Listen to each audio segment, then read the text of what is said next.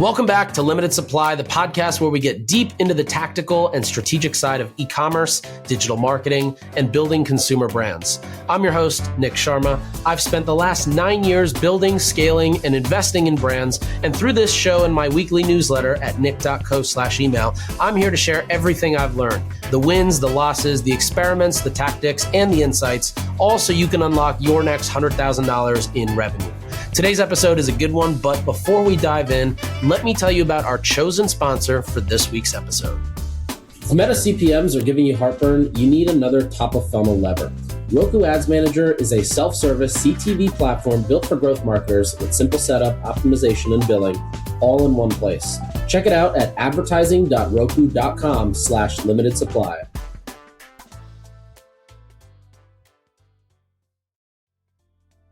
Welcome back to another episode of Limited Supply. Today I've got a fun episode. So everybody's talking about GEO. It's the new SEO. You may have heard of it as AEO. Some of you call it AI search. Most people just call it trying to find something, trying to search for something. And they end up in chat or Google and they're using AI search or Gemini. A lot of people are now using Claude. We've seen Claudebot rising. So the question has become, well, how do I get my brand to rank inside these LLMs? And how do I get it to show up when I am, asking to, how do I get my brand to rank when somebody's asking for the breast pregnancy supplement stack, to take so your morning fog doesn't, hinder your day? That's what we're going to answer on today's episode. I brought Dylan Ander. Dylan's been on before to talk about CRO, but he's actually been spending probably the last 6 to 8 months quietly doing a lot of really transformative stuff on the GEO side, helping brands magically rank and essentially create a propaganda machine to some degree. So I hope you enjoyed today's episode. He's got a couple freebies in terms of things that you can just email him for, and he'll send over to make your own GEO journey easier. But I hope you enjoyed today's episode. It's very tactical, so get your notebooks out, and I'll see you next week. All right, Dylan. Well, welcome back to Limited Supply. You're one of the few guests who's come back, so excited to have you back. And this time, we're going to be diving into something completely different. So first of all, welcome back. Thanks for being here. Appreciate your time. Thank you, sir. So, as we were putting this episode together and just thinking about what it could be, I think, like when I start consulting with a brand or talking to a brand, working with a brand, when I invest in a brand and I look at where they're going to go deploy their dollars, a lot of that chunk goes toward marketing. Maybe like 30 to 40% goes directly to marketing between agencies, staffing, resources, media dollars, et cetera. And very rarely do I see the line item for SEO. Or brand reputation, or anything in that world. And also in parallel, I would say the more I've seen SEO kind of fall off in terms of brands proactively doing it, I've also seen there's a very parallel decline with like brands being cool and fun. And I don't know if maybe the tie there has something to do with content and building perception of the brand and its reputation, but there is definitely some sort of a tie there. But you've kind of been doing a lot of work with brands on AEO and GEO and SEO, which I think that triple stack, or maybe it's actually just two things in AEO, GEO are the same thing. You can explain in a second. But that kind of stack is basically what brands are excited about today and like pushing forward hard on today, and investing, I think, a lot more into that than they probably historically would have in the SEO game. Is all of that like right? Sound about right? Yeah, you track most of it, I'll say. So so I'm going to give a little story time on this one, and you'll see how like where I've allocated my time over my like ecom career. So, actions are your words, right? So like what I've done and where I've placed my time, hopefully it's worthwhile to you guys. So when I was like 18 on my first drop shipping stores, of course I ran ads, but I was printing money. Like you'd get one money keyword on Google, like SEO rankings, like natural, and that would be what paid my rent for the month, not like hitting a winning ad or a new landing page. Like no one did it, and it was the freshest traffic ever. So I'd been doing that. All super high Then I had an too. actual SEO agency after that. I had Geico, I had Planet Fitness, 24 Hour Fitness, like some of my biggest clients I've ever had. Like those were, I had a $2 million a year contract going on with one of them, like for just SEO, like that much work. So like SEO really, had scaled previously in easy ways. So Nick, do meta ads make a lot of money? Of course. Okay, sweet. The same answer is, of course, for Google. Whoever said like SEO is dead, I always say, bless their soul. They're amazing. Thank you so much to whoever said that. Like whoever thought that, it's changed, and people don't know how to look at analytics and like a brand as a whole. I call it like chronic attribution anxiety. Like they're just like obsessed on the money in, money out, and like I spent $1, I made $1.50 back, whatever. It doesn't work that way. That's especially not how anything organic works whatsoever.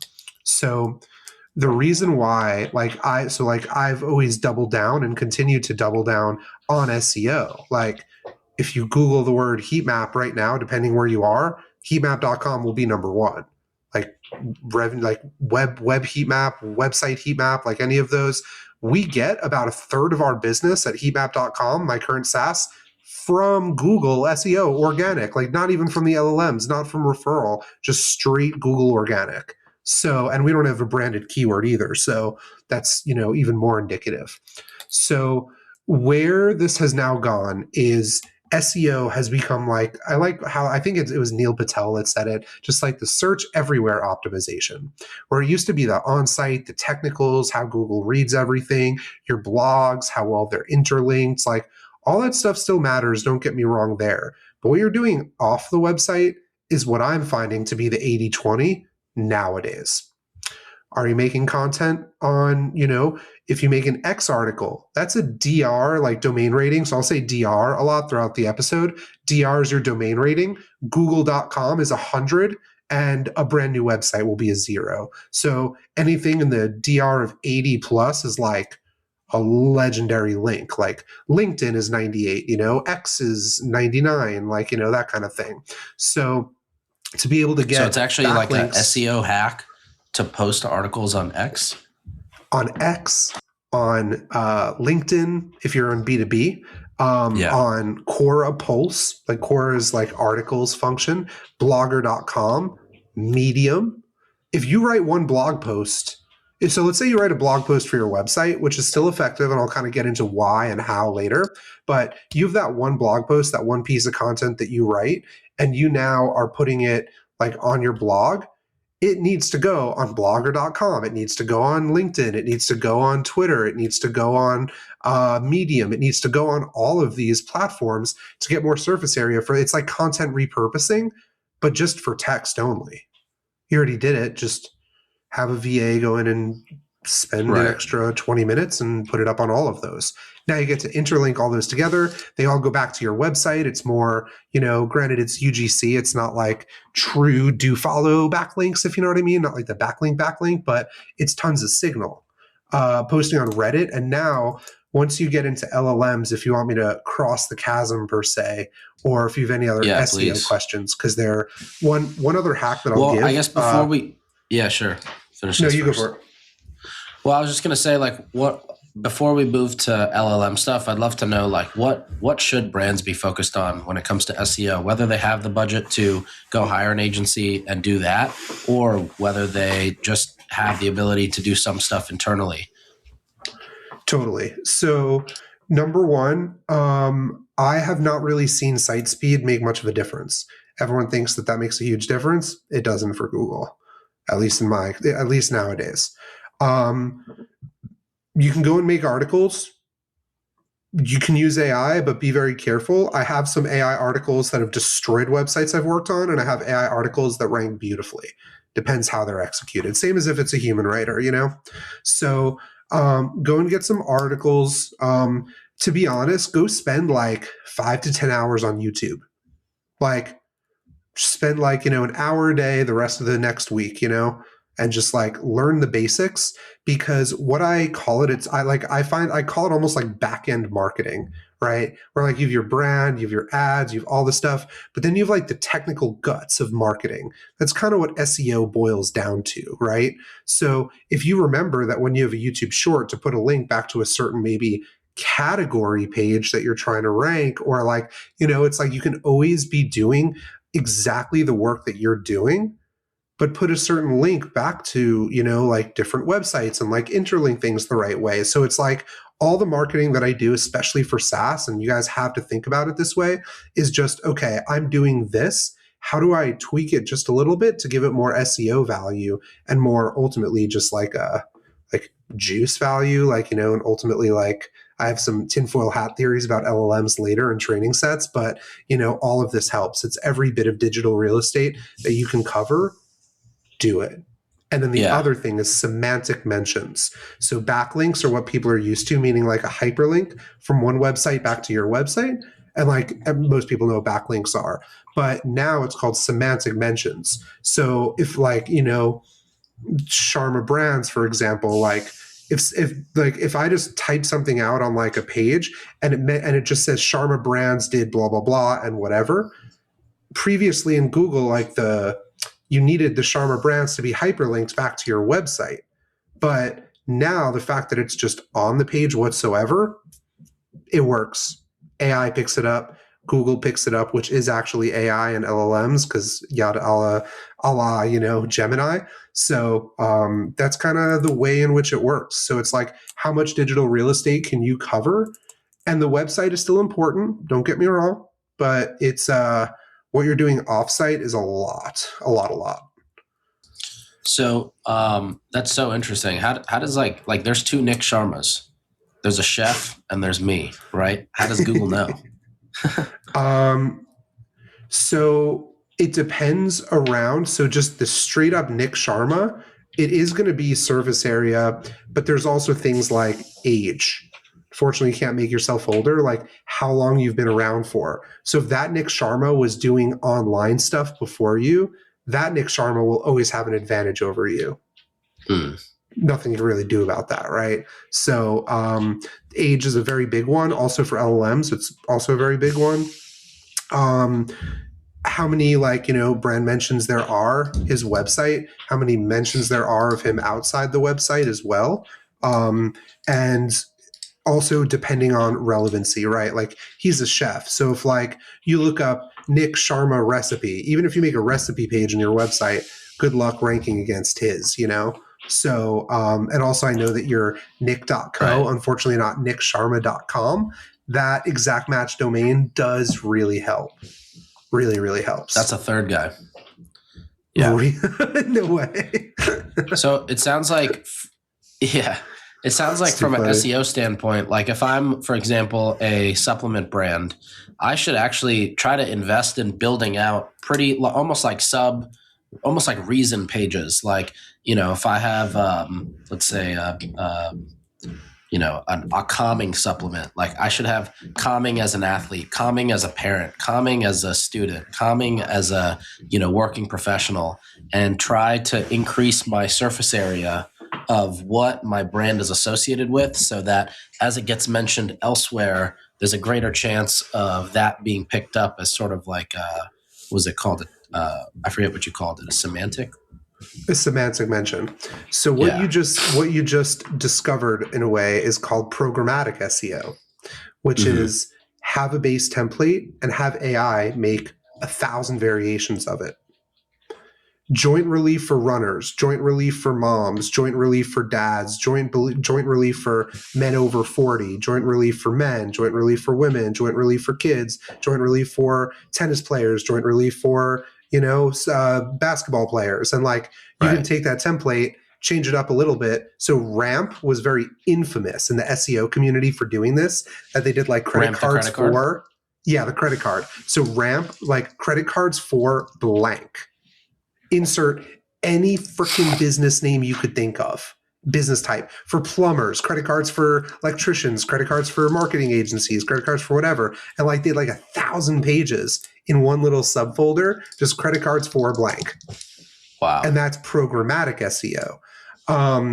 Usually you wind up getting clapped at some point. Like Google knows, like Google doesn't want programmatic SEO all over. That's part of the AI slop kind of thing that people aren't wanting nowadays. But it is pretty huge. Like, oh, and by the way, for example, under Dylan Ander, if you put heatmap.com under this episode, It's going on Spotify. It's going on Apple, podcasts. It's going on all of these. That's now being SEO minded, that every time I jump on a podcast, I'm like, hey, by the way, can you make sure you put dylanander.com and heatmap.com in the description? Yep. That's being the SEO minded marketer. Right. Always ask for those. So, but programmatic SEO is huge. So a lot of people call it PSEO. Then the other PSEO is parasite SEO.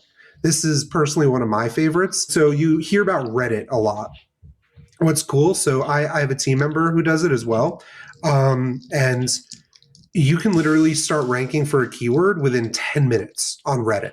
Like, I'll show you like later tonight or something, maybe not live in this episode right now. I mean, I could theoretically, but go in and post something on Reddit for a really long tail keyword in a good subreddit, and it'll be showing up on Google in the first result within 20 minutes.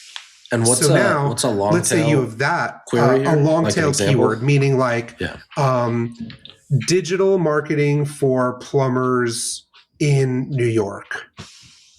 That's a long tail keyword. Like, long tail means it's a lot of words, usually 5+ words. Like, single words are the most valuable with the most volume. Once you get to 5+, it's kind of like long tail keywords that there'll definitely be some people on the internet that go to click to those. Lower volume, but crazy high intent. Yeah. Very cool. So those work really well.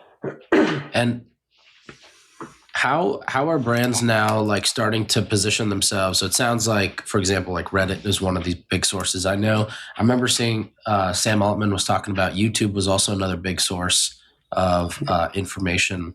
Like there's ChatGPT, there's Gemini, there's Perplexity, there's Claude, there's Manus, there's basically all these different models. How do you think, like, do they all pull from the same few sources? Are they pulling from different sources? Is there like a central way to see how it shows up? Like, for example, there's that one software, I'm forgetting the name of it, where you can see how your Klaviyo email shows up across, it's called Litmus, across like 46 different devices and browsers. Is there one of those for AEO? Is that how brands are doing it? Like, give us the 101.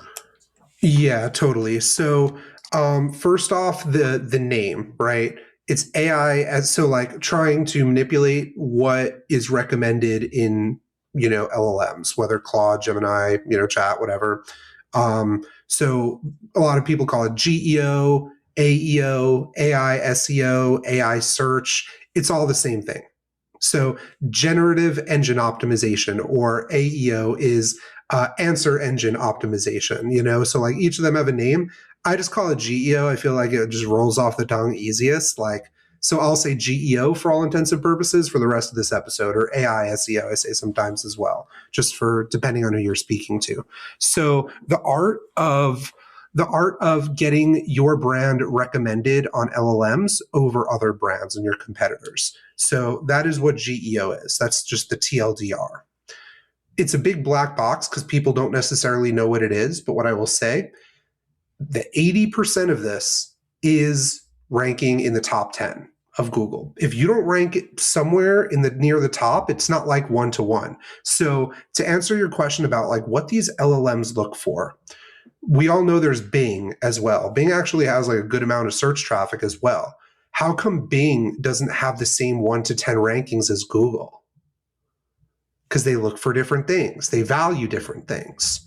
DuckDuckGo is another one that, like in Asia, is highly adopted. DuckDuckGo doesn't really share much in common with the top 10 on Bing, the top 10 on Google, because they have different things that they look for and value. So some of them may value, like I know one thing on Google that's huge is if you click from Google to a page or a website and you go back, that destroys your rankings. Means you didn't find what you wanted. Some people, some search engines care how long they stay on the website. They scroll all the way down. They have tracking pixels, like they know what's going on. So each of them look at something different. But that's search engines, meaning like you type in and you get static answers back. Now we're in the age of LLMs. In LLMs, there's two ways that you can get answers. Number one is from the training data set. before like most people knew about like chat, 3.0, I think was the first one that like actually had an interface. I was using it with GPT like 2, where it was only through API. So ever since there's been a, UI front end set, there's just this, they just scraped all the internet and put together as much as they humanly could. And they update it every 12 to 18 months. So right now, chat, a lot of the times, if you notice, it thinks that it's the end of 2024 or like early 2025, because that was the last time the training data set was updated. So the past 12 months and like what's ranking number one today, if chat does not do any like live search or Claude does not do any live search, what was ranking number one like about a year ago is actually what's going to be coming up. Then the second option is the live search, where like if you say like what are the top, what are the current top like earplug brands? Current or like new or like what is type stuff, that means shop, the LLM is going to go do a live search. And then there's something called the query fanouts, which like you might have heard of before, which is like what chat does is you can literally see it in the UI. I'm sure you've seen it used before, where it'll take these really long questions, go Google them, or go to Bing, right? Their Microsoft connection. That's how Bing matters.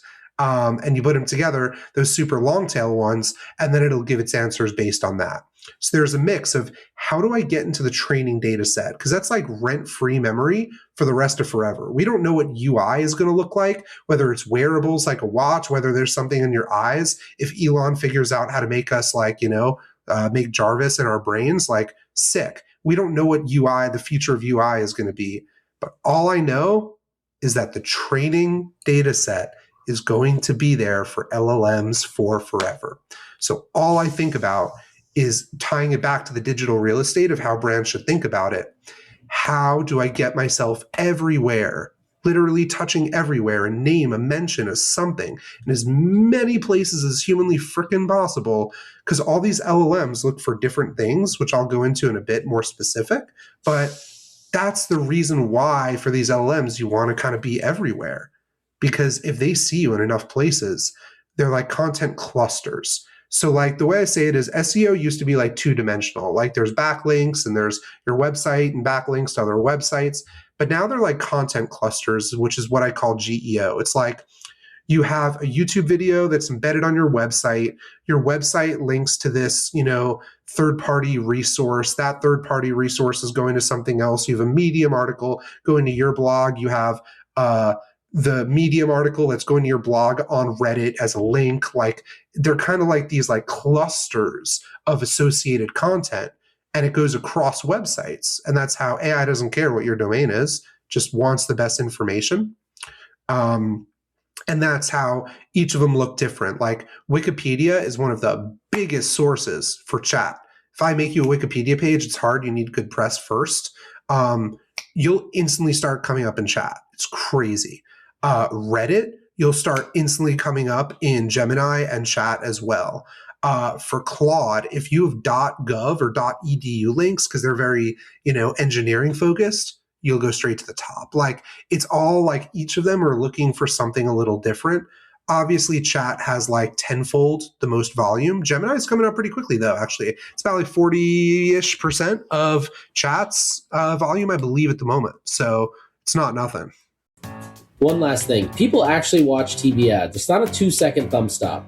Roku's brief even calls out the appeal of non-skippable longer ads on the TV screen at efficient pricing. If you want to test big screen attention with a self-service platform built for outcomes, go to advertising.roku.com/limited supply. So in this case, like your entire goal is to basically figure out where these platforms are constantly pulling their training sets or where they're looking by default. And those might be also changing or evolving as time goes on. And then trying to figure out how to place things in there so that when somebody goes for that long tail keyword, it goes and ideally finds what you had placed in there. Precisely. And then the other cool part about it in that long tail is the reason parasite SEO, meaning like you make a LinkedIn article and then you send a bunch of backlinks to that like LinkedIn article, or you like push a couple of your assets to that LinkedIn article can rank number 1. Your website can be number 3. Some random person's number 2. You can also be number 4 with like a Reddit post, so it's like you can actually dominate a lot of the SERP or the keyword, the search engine ranking. And like, if you dominate a lot of the, what's on the page, the LLM doesn't care who it's pulling from. It's really like 3 of those top 4 is your content talking about your brand. So the LLMs, like, you just want to smother as many of the top 10. It used to be, SEO used to be about clicks, bring in the money. Now it's like, cover as much of the real estate on Google as you humanly can, and then you'll get into the LLMs. Yeah, that's very cool.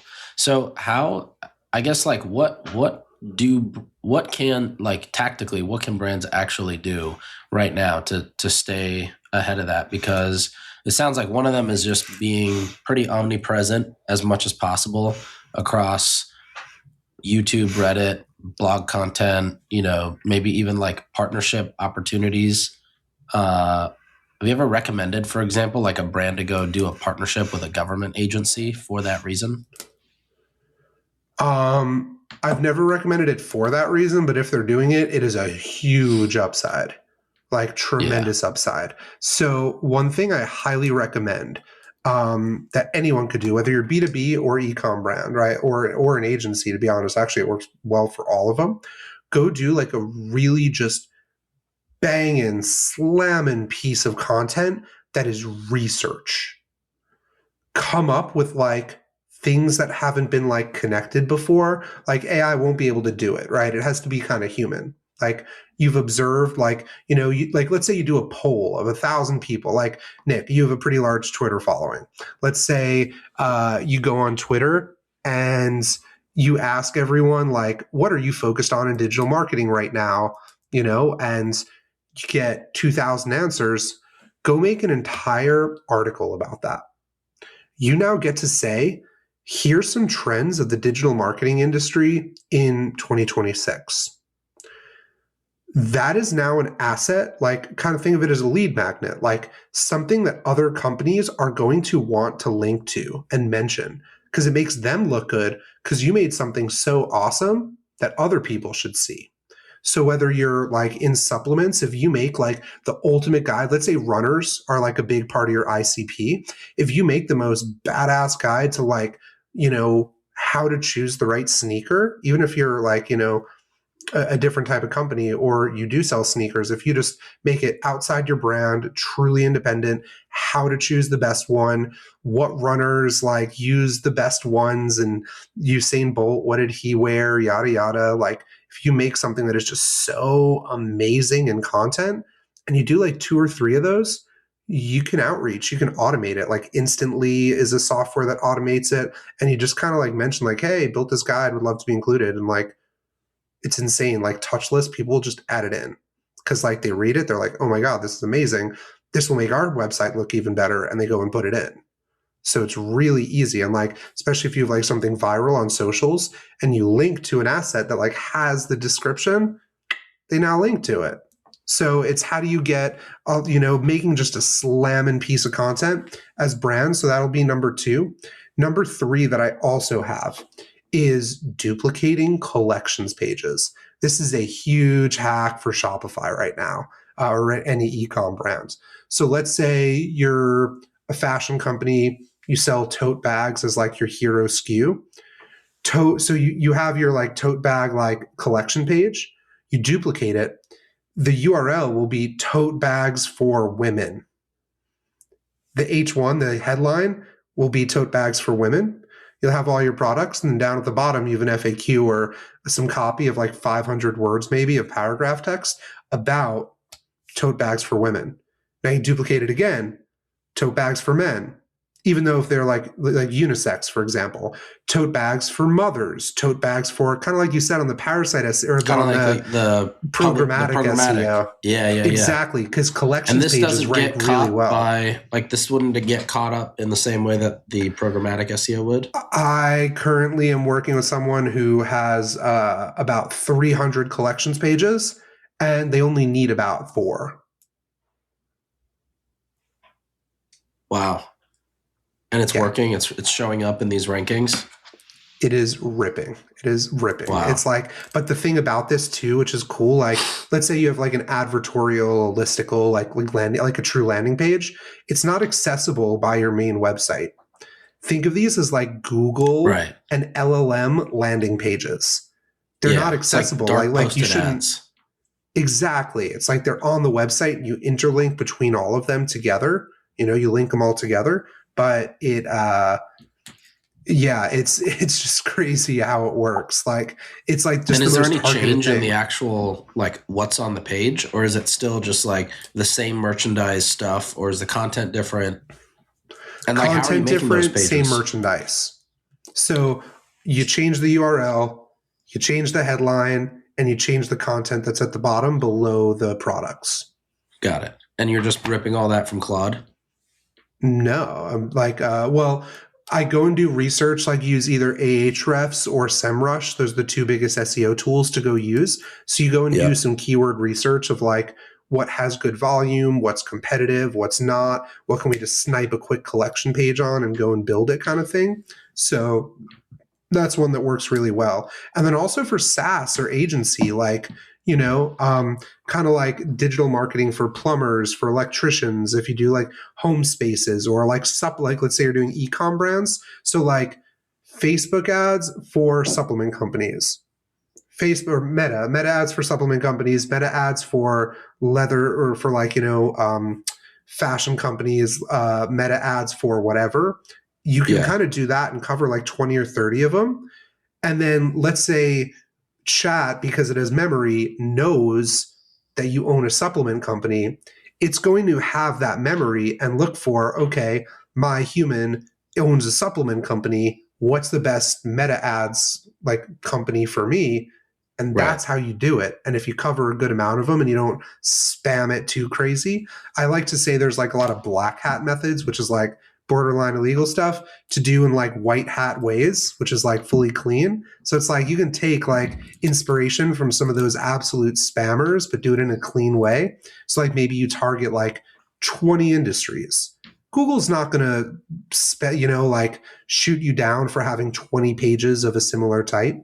If you have 20,000, they're going to be like, no, I thank you. see. But like 20 is not going to get you Yeah. So crushed. most people won't even get to that level. Yeah, no, that'd be a lot of time. I'd be proud of them if they get that far. Yeah. They're just using And AI automation to spam it, to be honest. right. And you're also saying you can go and use the SEO recommended keywords against GEO Correct. tactics So here. now getting into the tracking of these. Currently, there are some softwares. So right now you have Ahrefs and SEMrush. Those are the two biggest like SEO tracking softwares for like Google and Bing and those types of ones. That Google exposes that data. No LLM, like they have an API that you can go in and see what Google's doing. LLMs do not have that outwards data. They don't show volume of what people are searching. They don't show it. Because think about it, there's no such thing as keywords anymore. A keyword is part of a query, AKA a query is part of a question, which is part of a conversation. So now conversations are what's happening, and you're trying to like weasel your way in by association, right? So you need them to know exactly what you're known for. That's topical authority. And in these tools, what you do, like if you're paying for wicked expensive ones and you want to track it, I have an N8N template that I can literally send to you guys. If you want to email me, I'll send it to you. It just Yeah. What's pings, your it email makes actually? 25. So it's Dylan@dylanander.com, all in the name. Oh, everybody should go get that. Yeah, you guys should go grab it. It's so simple and you can just put it up. You don't need to do anything. It'll like plug and play work. And it makes 25 prompts all around the type of domain that you enter in. And then it pings Claude 25 with all 25 of those questions. It pings Grok, it pings chat, it pings each of the APIs and tells you if you were mentioned or not and puts it into a spreadsheet. And that's it. So like all these like Profound, they raised, I don't know, $100 million for something that I've been able to vibe code in like, 2 days, which like, or sorry, let me rephrase. The 80/20 of what these softwares do, I've been able to code, right? Like they do have some advanced features, but like I don't necessarily do those. I'm more like human on those sides. Like you don't want the AI slop to become too much. So effectively, that's all they're doing, which is the way that you measure AI and like the way that you measure GEO. There's three metrics that matter. Number one is share of voice. So if 100 people ask, what are the best leather tote bags, for example, how many times do you come up versus your competitors come up? It's a percentage of the time. So think of it like a pie chart. Like what percentage of the pie is yours, does yours come up versus other people's? That's number one. Number two is your mention rate. If 100 people ask, those same questions, how many times is your brand mentioned? Because again, like a semantic mention, it doesn't need to be linked. And then the third is a citation rate, which is if 100 people ask the same question, how many times is a link to your website included in the answer? So those are the three metrics that you use to kind of together see what we have right now. We don't know total volume. And the other thing of you chronic attribution anxiety people that are like, chat doesn't drive sales. Guys, this is top of funnel. I always say it's super top of funnel and then uber tiny bottom of funnel, right? But people will go into Google or go type in the name and it's direct traffic. So if you see your direct traffic climbing, probably means, things are going well in the LLM world. So one-to-one, like on UTMs of like, the query string of like chat equals whatever, like with the question mark, the UTM of ChatGPT or Claude or Gemini, you're going to see dozens of dollars of sales or hundreds of dollars of sales, maybe even 1,000, if you're like a huge brand. But that's not where the money is coming from, right? Like let's say you do social media on Instagram, like let's say you're clipping, for example, like shout out Zagged, awesome agency for clipping. If you go viral on TikTok, you're not going to be like, hey, where's the UTM from TikTok? Like, it's not like the things in the bio, people went and searched it. They either went to Google and searched it or they just went and typed in the website, So you can't look at LLMs in that one-to-one fashion. I also, hot topic, and very bearish on LLM ads, like the ones that ChatGPT is doing soon. I'm actually very bearish on it. So that's a hot one. I know I gave you a mouthful over there, but that's the landscape in how to actually look and execute on this type of stuff. Yeah, all of it is so fascinating. Do you feel like a lot of this is constantly changing too? Like tactically, the stuff that we talked about today, like you think a year from now, this is going to be the same playbook or? So I think I'll give an analogy to like, call it like, meta ads going straight to a landing page, right? That's been going on for what, 15 years now?